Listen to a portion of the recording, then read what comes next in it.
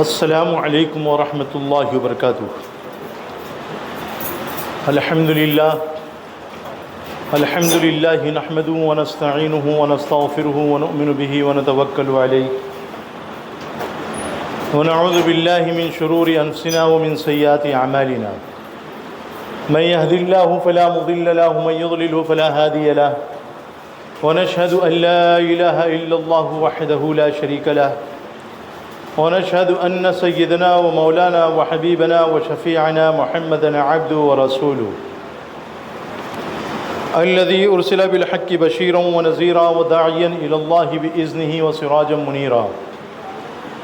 أما بعد فأعوذ بالله من الشيطان الرجيم. بسم الله الرحمن الرحيم. ألم يأن للذين آمنوا أن تخشع قلوبهم لذكر الله وما نزل من الحق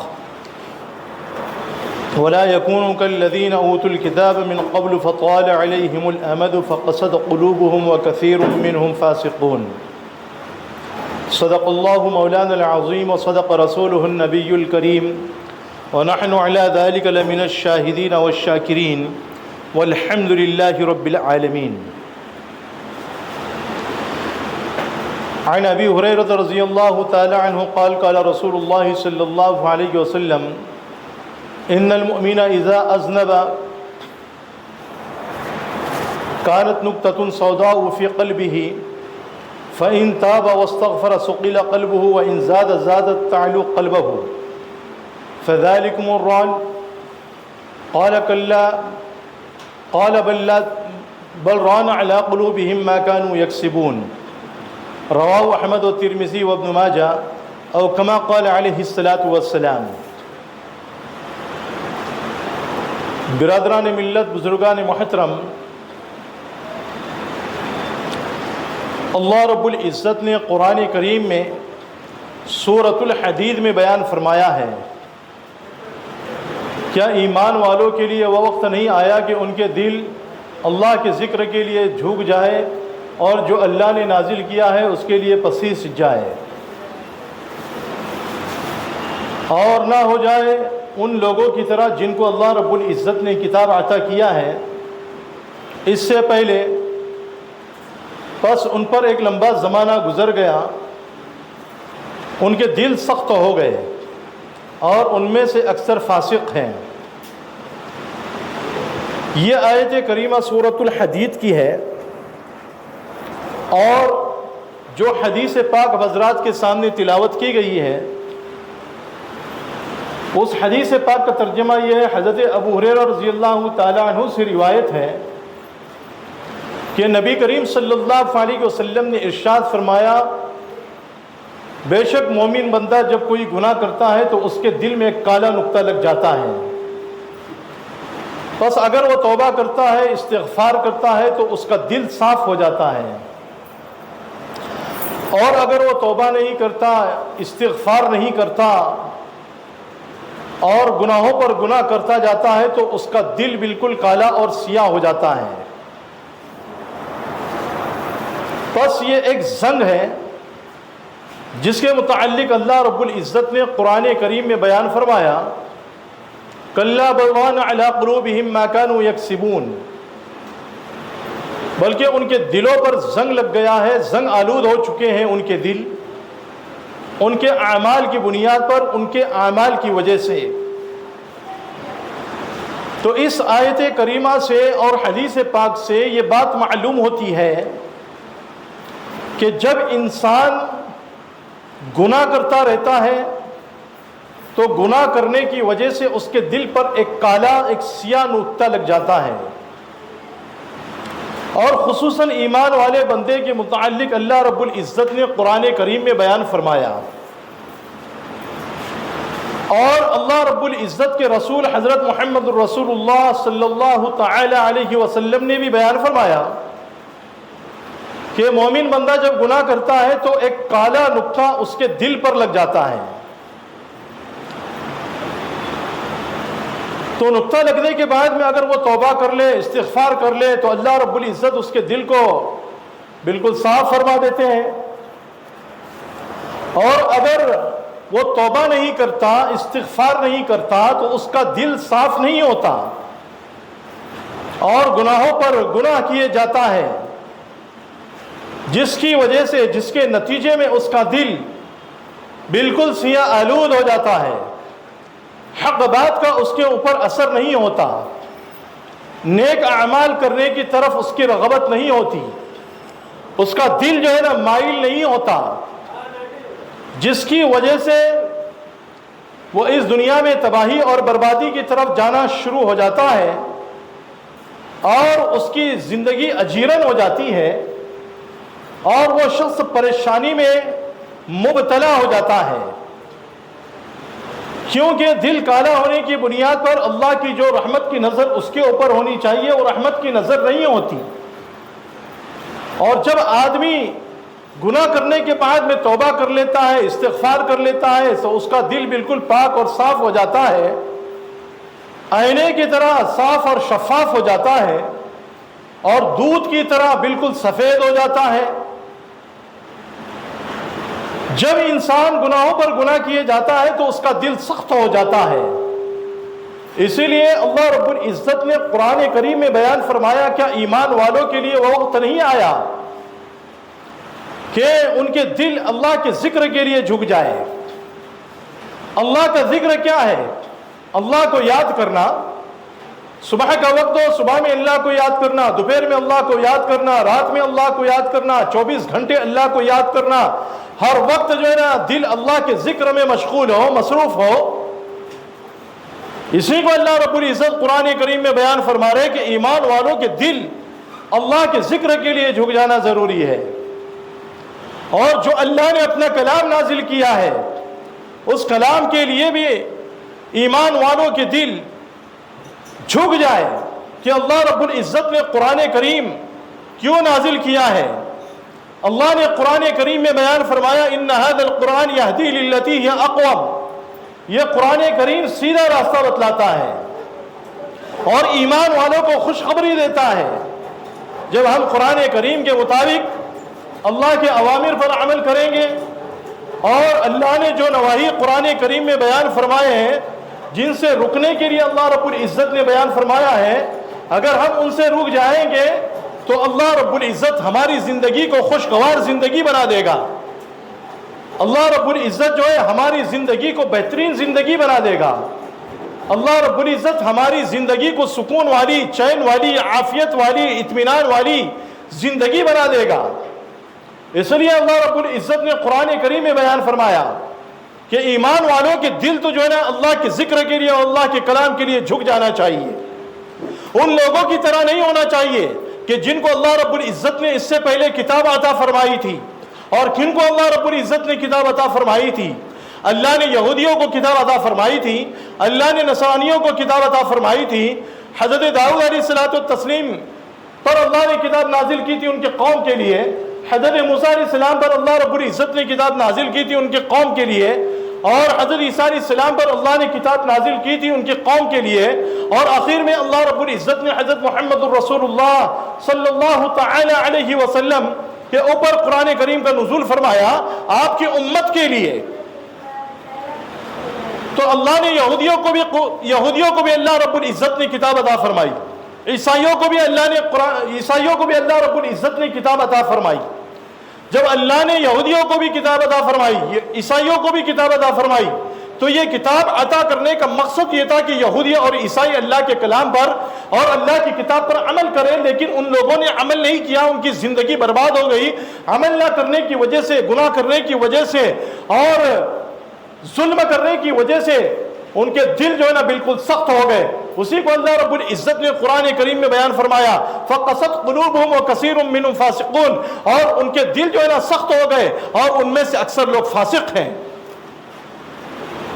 جب انسان کے دل سخت ہو جاتے ہیں تو یہ انسان ظالم بن جاتا ہے، یہ انسان فاسق بن جاتا ہے، یہ انسان گنہگار بن جاتا ہے، یہ انسان اپنے نفس کے اوپر ظلم کرتا ہے، یہ انسان اللہ کی مخلوقات کے اوپر ظلم کرتا ہے۔ اللہ نے قرآن کریم میں یہودیوں کے متعلق بیان فرمایا، ثم قست قلوبكم من بعد ذلك فهي كالحجارة او اشد قسوة، وَإِنَّ مِنَ الْحِجَارَةِ لَمَا يَتَفَجَّرُ مِنْهُ الْأَنْهَارُ وَإِنَّ مِنْهَا لَمَا يَشَّقَّقُ فَيَخْرُجُ مِنْهُ الْمَاءُ وَإِنَّ مِنْهَا لَمَا يَهْبِطُ مِنْ خَشْيَةِ اللَّهِ وَمَا اللَّهُ بِغَافِلٍ عَمَّا تَعْمَلُونَ. پھر تمہارے دل سخت ہو گئے اس کے بعد میں، بس پتھروں کی طرح ہو گئے یا پتھروں سے بھی زیادہ سخت ہو گئے. اور بے شک بعض پتھر ایسے بھی ہوتے ہیں کہ وہ پھٹ جاتے ہیں اور پھٹ کر کے ان میں سے نہریں نکلتی ہیں، اور بعض پتھر ایسے ہوتے ہیں کہ وہ پھٹتے ہیں بس ان سے پانی نکلتا ہے. اور بعض پتھر ایسے بھی ہوتے ہیں کہ جو اللہ کے خوف سے، اللہ کے ڈر سے نیچے گر پڑتے ہیں، جیسا کہ ہم دیکھتے ہیں نا بارش کے موسم میں، اور جیسے سیلاب آتا ہے، پانی کا طوفان آتا ہے، پانی زور سے برستا ہے، آسمان سے پانی گرتا ہے پہاڑوں کے اوپر بیابان میں، تو پہاڑوں کے اوپر سے درخت جو ہے نیچے گرنے لگتے ہیں، اور پتھر بھی جو ہے نا نیچے گرنے لگتے ہیں. یہ اللہ کے خوف سے ہوتا ہے، اللہ کے ڈر کی وجہ سے ہوتا ہے، اللہ کی ہیبت کی وجہ سے ہوتا ہے. اس سے جو یہ بات معلوم ہوتی ہے کہ پتھر کے اندر بھی اللہ رب العزت نے نرمی رکھی ہے کہ جس کی وجہ سے ان کے اندر سے پانی نکلتا ہے، اور پانی نکل کر کے جو ہے نا نہریں بنتی ہیں اور پانی بہنے لگتا ہے. بعض پتھر ایسے ہوتے ہیں کہ پتھر پھٹ جاتے ہیں اور ان سے صرف پانی نکلتا ہے، اور بعض پتھر ایسے ہوتے ہیں کہ پہاڑوں کے اوپر سے نیچے گر پڑتے ہیں. یہ اللہ رب العزت نے ایک مثال بیان فرمائی ہے سخت دل لوگوں کے بارے میں، کہ جن لوگوں کے دل سخت ہوتے ہیں اور جن لوگوں کے دلوں کے اوپر اچھی باتوں کا اثر نہیں ہوتا، نیک صالح اقوال کا اثر نہیں ہوتا، جن کے اندر سے نیک افعال کا صدور نہیں ہوتا، اللہ نے ان کے بارے میں ایک تمثیل بیان فرمائی ہے، ایک مثال بیان فرمائی ہے. مثال کیا بیان فرمائی ہے؟ کہ تمہارے دل پتھروں کی طرح سخت ہو گئے یا اس سے بھی زیادہ سخت ہو گئے. تفسیر مظہری میں قاضی ثناء اللہ صاحب پانی پتی رحمۃ اللہ علیہ نے اس آیت کریمہ کی تفسیر میں اس بات کو لکھا ہے کہ اللہ رب العزت نے قرآن کریم میں ایسا کیوں نہیں بیان فرمایا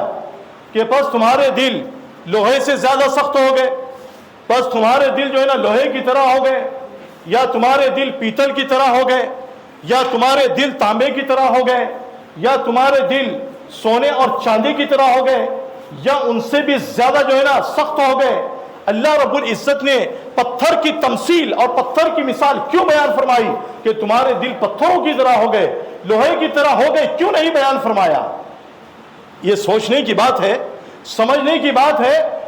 قاضی ثناء اللہ صاحب پانی پتی رحمۃ اللہ علیہ بیان فرماتے ہیں اللہ رب العزت نے لوہے سے مثال اس لیے نہیں بیان فرمائی،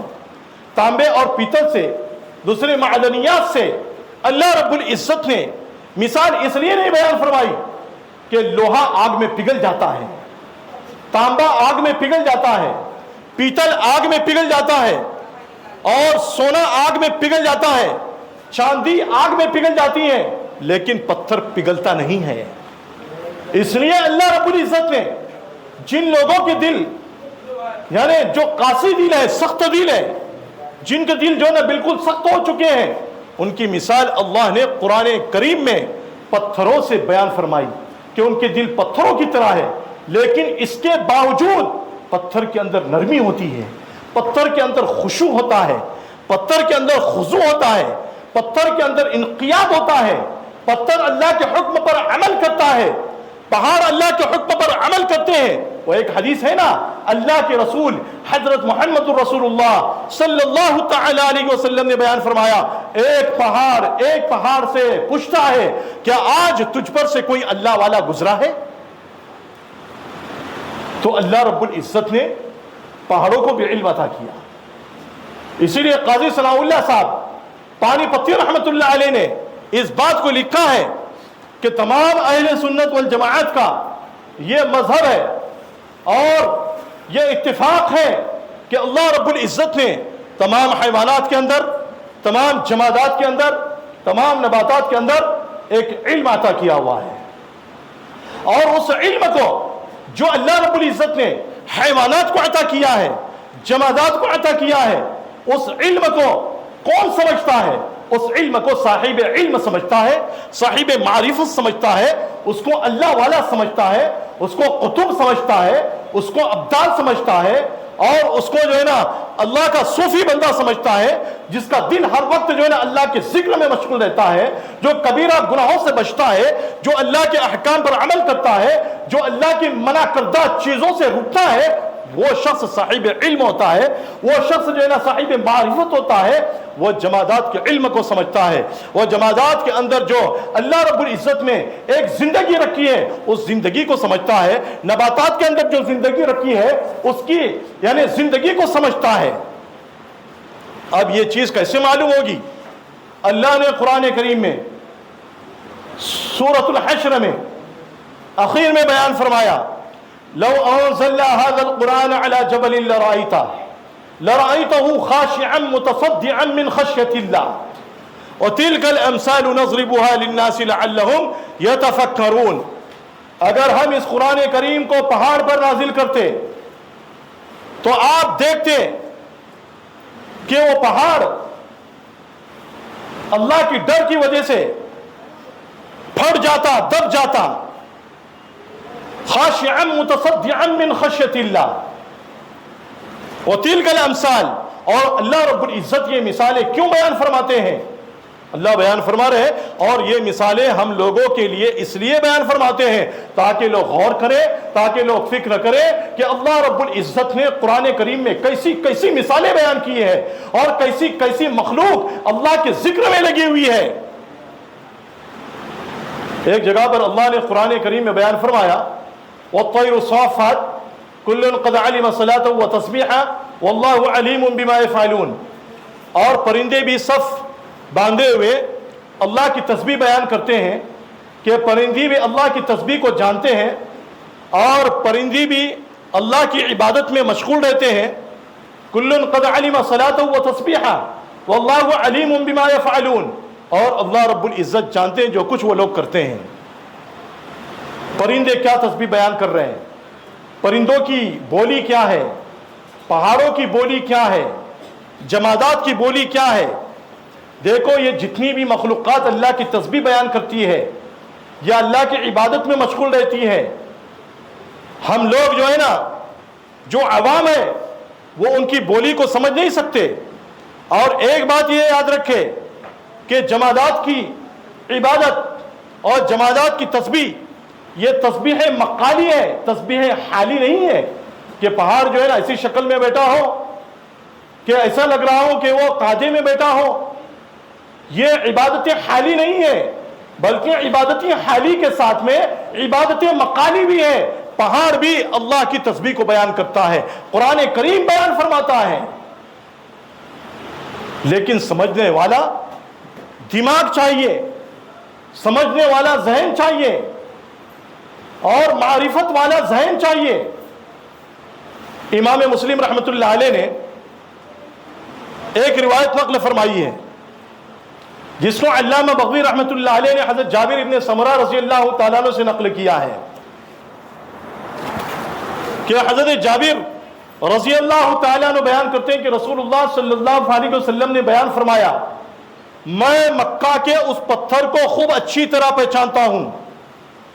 جو مجھے میرے نبی ہونے سے پہلے سلام کیا کرتا تھا اور میں اسے اب بھی پہچانتا ہوں۔ تو اس سے یہ بات معلوم ہوتی ہے کہ نہیں کہ پتھر بھی بولتا ہے، پتھر بھی سلام بھیجتا ہے، پتھر بھی اللہ کی تسبیح، تقدیس اور تحمید، اللہ کی پاکی کو، پاکیزگی کو بیان کرتا ہے۔ حضرت انس رضی اللہ تعالیٰ عنہ سے روایت ہے اور یہ روایت بھی امام مسلم رحمۃ اللہ علیہ نے بیان فرمائی۔ بیان فرماتے ہیں کہ ایک مرتبہ نبی کریم صلی اللہ علیہ وسلم کو احد پہاڑ نظر پڑا۔ نبی کریم صلی اللہ علیہ وسلم نے بیان فرمایا، یہ وہ پہاڑ ہے جو ہم کو دوست رکھتا ہے اور ہم اس کو دوست رکھتے ہیں۔ حضرت ابو ہریرہ رضی اللہ تعالیٰ عنہ سے روایت ہے کہ ایک مرتبہ نبی کریم صلی اللہ علیہ وسلم نے صبح فجر کی نماز پڑھائی۔ نماز پڑھانے کے بعد میں ہم لوگوں کی طرف رخ کیا اور لوگوں کی طرف رخ کر کے بیان کرنا شروع کیا، ایک واقعہ بیان کیا کہ ایک مرتبہ ایسا ہوا کہ ایک شخص اپنے ایک بیل کو ہانک کر کے لے جا رہا تھا اور ہانکتے ہانکتے راستے میں تھک گیا، تھکنے کی وجہ سے بیل کے اوپر سوار ہو گیا، بیل اچانک میں بول پڑا، کیا ہم اسی لیے پیدا کیے گئے ہیں کہ ہمارے اوپر سواری کی جائے اور ہم کو مارا جائے؟ اللہ نے تو ہم کو زراعت کے کام میں آنے کے لیے پیدا کیا ہے، کھیت کو جوتنے کے لیے اللہ نے پیدا کیا ہے، اور تم ہمارے اوپر سواری کر رہے ہو اور ہم کو مار رہے ہو۔ اللہ کے رسول صلی اللہ تعالی علیہ وسلم نے جب اس واقعے کو بیان کیا تو جو لوگ صحابہ سامنے موجود تھے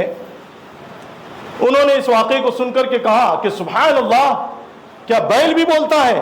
اللہ کے رسول صلی اللہ علیہ وسلم نے فرمایا، میں، ابو بکر اور عمر اس بات کی تصدیق کرتے ہیں، اس واقعے کی تصدیق کرتے ہیں۔ حالانکہ اس وقت میں ابو بکر وہاں پر موجود نہیں تھے اور عمر بھی اس وقت میں موجود نہیں تھے، لیکن چونکہ اللہ کے رسول صلی اللہ علیہ وسلم کی ہر بات کی تصدیق کرتے تھے، واقعے کو مانتے تھے، تسلیم کرتے تھے۔ معراج کے واقعے کو ابو بکر صدیق نے دیکھا نہیں، حضور نے آ کے بیان کر دیا، کیونکہ زبان نبوت سے جو بات نکلے گی وہ بات سچ نکلے گی، جھوٹ بات تو نہیں نکلنے والی۔ اس لیے ابو بکر صدیق رضی اللہ تعالیٰ عنہ کے بارے میں فرمایا، میں، ابو بکر اور عمر اس بات کی، اس واقعے کی تصدیق کرتے ہیں۔ امام بخاری اور امام مسلم رحمۃ اللہ علیہ نے اسی طریقے کا ایک واقعہ نقل کیا ہے، اور وہ واقعہ یہ ہے کہ ایک مرتبہ نبی کریم صلی اللہ علیہ وسلم نے بیان فرمایا کہ ایک مرتبہ ایک بکری والا اپنی بکریوں کو لے جا رہا تھا، اچانک میں ایک بھیڑیا آیا اور بھیڑیا آ کر کے ایک بکری کو دبوچ لیا۔ بکری والے نے جیسے ہی دیکھا وہ فوراً گیا اور جا کر کے جو ہے نا اپنی بکری کو بھیڑیے سے چھڑا لیا۔ بھیڑیا اس وقت میں کہنے لگا، آج تو تم نے ہم سے بکری کو چھڑا لیا ہے، لیکن ایک وقت ایسا آئے گا کہ جس وقت میں ہمارا پورا تسلط اور پورا قبضہ بکریوں کے اوپر ہوگا، کوئی اس وقت میں چھڑانے والا نہیں ہوگا، سوائے خدا کے ان کا کوئی حامی اور مددگار نہیں ہوگا، اس وقت میں کون ان کو بچائے گا؟ تو لوگوں نے جب اس واقعے کو سنا تو سننے کے بعد کہنے لگے، ماشاء اللہ، کیا بھیڑیا بھی بات کرتا ہے؟ تو اس واقعے سے بھی یہ بات معلوم ہوتی ہے نا کہ اللہ رب العزت نے جانوروں کو بھی بولنے کی طاقت عطا کی ہے، بیل کو بھی اللہ رب العزت نے بولنے کی طاقت عطا کی ہے، بھیڑیے کو بھی اللہ رب العزت نے بولنے کی طاقت عطا کی ہے، لیکن سمجھنے والا دل چاہیے، معرفت والا دل چاہیے، علم والا انسان چاہیے، صاحب علم چاہیے، صاحب معرفت چاہیے۔ ایک مرتبہ جیسا کہ روایت کے اندر یہ بات موجود ہے کہ اللہ کے رسول صلی اللہ علیہ وسلم کوہ ہرا پر موجود تھے اور ساتھ میں ابو بکر بھی تھے، عمر بھی موجود تھے، عثمان بھی موجود تھے، علی بھی موجود تھے، اور حضرت طلحہ بھی موجود تھے، اور حضرت زبیر بھی موجود تھے۔ اچانک میں بازو میں ایک پتھر تھا، وہ پتھر جنبش کرنے لگا، وہ پتھر ہلنے لگا، تو نبی کریم صلی اللہ علیہ وسلم نے اس پتھر سے فرمایا، اے پتھر ٹھہر جا، تجھ پر ابو بکر بھی، تیرے پاس میں جو ہے نا ابو بکر موجود ہے، تیرے پاس میں جو ہے نا عمر موجود ہے، تیرے پاس میں عثمان موجود ہے، تیرے پاس میں علی موجود ہے۔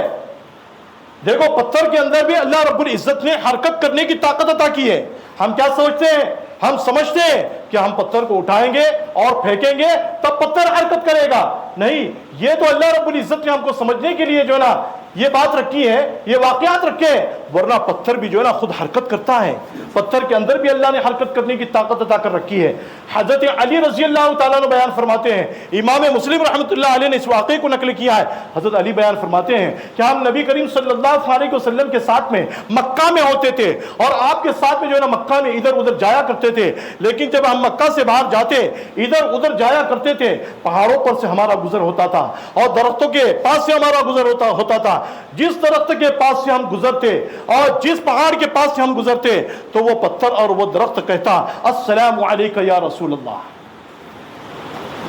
حضرت علی نے سنا ہے، تبھی تو حضرت علی بیان کر رہے کہ اللہ رب العزت نے پہاڑوں کو بولنے کی طاقت عطا کی، اللہ نے درختوں کو بولنے کی طاقت عطا کی، اور یہ سمجھتا تھا کون؟ یہ جو ہے نا نبوت والا ذہن سمجھتا تھا، صاحب علم سمجھتے تھے، صحابہ سمجھتے تھے، اور آج بھی ان کی بولیاں اللہ والے سمجھتے ہیں۔ اللہ رب العزت نے اللہ والوں کو ذہنی طاقت عطا کی ہے، سمجھنے کی طاقت عطا کی ہے، قوت سماعت اللہ رب العزت نے ہم لوگوں سے زیادہ ان کو عطا کی ہے۔ کن لوگوں کو؟ اللہ والوں کو۔ ایک مرتبہ کا واقعہ ہے کہ نبی کریم صلی اللہ علیہ وسلم، جیسا کہ حدیث پاک میں بھی آتا ہے نا، امام مسلم رحمۃ اللہ علیہ نے بیان کیا ہے، حضرت جابر رضی اللہ تعالیٰ عنہ سے روایت ہے کہ مسجد نبوی کا جو چھت تھا شروع میں، ابتدا میں، اس کے جو ستون تھے کھجور کی لکڑی کے ہوا کرتے تھے۔ کھجور کی لکڑی کا ایک ستون تھا، اس پر اللہ کے رسول صلی اللہ علیہ وسلم سہارا لگایا کرتے تھے، تکیہ لگایا کرتے تھے۔ جب اللہ کے رسول صلی اللہ علیہ وسلم کے لیے مسجد نبوی میں ممبر بنا دیا گیا تو آپ نے کھجور کی لکڑی کا جو ستون تھا اس کا تکیہ لینا، اس کا سہارا لینا چھوڑ دیا، تو آپ ممبر پر تشریف فرما ہوئے، ممبر پر جلوہ افروز ہوئے، تو کھجور کی لکڑی کا ستون رونے لگا۔ جتنے صحابہ مسجد میں بیٹھے ہوئے تھے تمام صحابہ نے اس کے رونے کی آواز سنی، اللہ کے رسول صلی اللہ علیہ وسلم نے بھی سنی، اور سن کر کے نیچے آئے، اور نیچے آ کر کے اس ستون کو اپنے گلے سے لگایا، اور وہ ستون مثل اونٹ کے رونے لگا تھا، اونٹ کی طرح جو ہے نا رو رہا تھا۔ اونٹ کیسے روتا ہے دیکھا ہے نا ہم نے، گھوڑا کیسے روتا ہے دیکھا ہے نا ہم نے، بکری کیسے روتی ہے ہم نے دیکھا ہے۔ تو اللہ کے رسول صلی اللہ علیہ وسلم نے جیسے اس کو اپنے گلے سے لگا دیا، وہ لکڑی کا، کھجور کی لکڑی کا درخت بالکل خاموش ہو گیا۔ تو اللہ رب العزت نے جمادات کے اندر سمجھنے کی طاقت رکھی ہے، احساسات کا مادہ رکھا ہے، اللہ رب العزت نے ان کے اندر علم رکھا ہے، اللہ رب العزت نے ان کے اندر حیات رکھی ہے، اللہ رب العزت نے ان کے اندر نرمی رکھی ہے، اللہ رب العزت نے ان کے اندر خشوع رکھا ہے، اللہ رب العزت نے ان کے اندر ڈرنے کا مادہ رکھا ہے۔ لیکن ڈر نکل گیا ہے تو ہمارے اندر سے نکل گیا ہے، ہم انسانوں کے اندر سے نکل گیا ہے، اور ہم نے اللہ کے اوامر پر عمل کرنا چھوڑ دیا ہے۔ اس لیے تو اللہ نے قرآن کریم میں بیان فرمایا ثم قست قلوبکم من بعد ذلک فہی کالحجارہ او اشد قسوہ، پھر تمہارے دل اس واقعے کے بعد میں سخت ہو گئے۔ کیسے سخت ہو گئے؟ پتھروں کی طرح سخت ہو گئے، یا اس سے بھی زیادہ سخت ہو گئے۔ وَإِنَّ مِنَ الْحِجَارَةِ لَمَا يَتَفَجَّرُ مِنْهُ الْأَنْهَارُ، بے شک پتھروں میں سے بعض پتھر ایسے بھی ہیں کہ وہ پھوٹ پڑتے ہیں تو ان میں سے نہریں بہہ پڑتی ہیں، اور بعض پتھر ایسے بھی ہیں کہ جو پھٹتے ہیں تو ان سے پانی نکل کر کے جو ہے نا گرنے لگتا ہے، اور بعض پتھر ایسے بھی ہوتے ہیں جو اللہ کی ہیبت سے، اللہ کی خشیت سے، اللہ کے ڈر سے نیچے گر پڑتے ہیں۔ مطلب کیا ہے کہ بعض پتھر زیادہ روتے ہیں اور ان کے آنسو بہنے لگتے ہیں، اور بعض پتھر ایسے ہوتے ہیں جو اللہ کے خوف سے پھٹتے ہیں اور ان کی آنکھوں سے آنسو گرتے ہیں، جیسے انسانوں کے آنکھوں سے آنسو گرتے ہیں۔ اور بعض پتھر ایسے ہوتے ہیں جو کم روتے ہیں، بعض پتھر ایسے ہوتے ہیں جو زیادہ روتے ہیں۔ تو جو ایمان والا بندہ، جو مسلمان بندہ اللہ کے اوامر پر عمل کرتا ہے، اللہ کے احکام پر عمل کرتا ہے، جن کے دلوں کے اندر اللہ کا ڈر ہوتا ہے، اللہ کا تقوی ہوتا ہے، وہ اللہ کے خوف سے، اللہ کے ڈر سے راتوں میں اٹھ کر کے اللہ کے سامنے گڑ گڑاتے ہیں، اللہ کے سامنے اٹھ کر کے مانگتے ہیں، ان کی آنکھوں سے آنسو بہنے لگتا ہے، خوب بہنے لگتا ہے، خوب بہنے لگتا ہے۔ بعض ان سے کم ڈرنے والے ہوتے ہیں، ان کے آنکھوں سے کم پانی نکلتا ہے، بعض ان سے کم ہوتے ہیں کہ جن کے آنکھوں سے آنسو تو نہیں نکلتا مگر ان کے دل جو ہے نا اللہ کے ڈر سے جو ہے نا کپ کپانے لگتے ہیں، ان کے بدن میں کپ کپی آتی ہے۔ وہی خوف ہمارے اوپر طاری ہونا چاہیے، اللہ کا ڈر ہمارے اوپر طاری ہونا چاہیے کہ ایک دن یہ دنیا کی زندگی ختم ہونے والی ہے، اور آگے ہمارے سامنے جو منظر ہے قبر والا منظر ہے۔ یہ سختیاں ہمیں اپنے دل کے اندر سے نکالنی پڑے گی،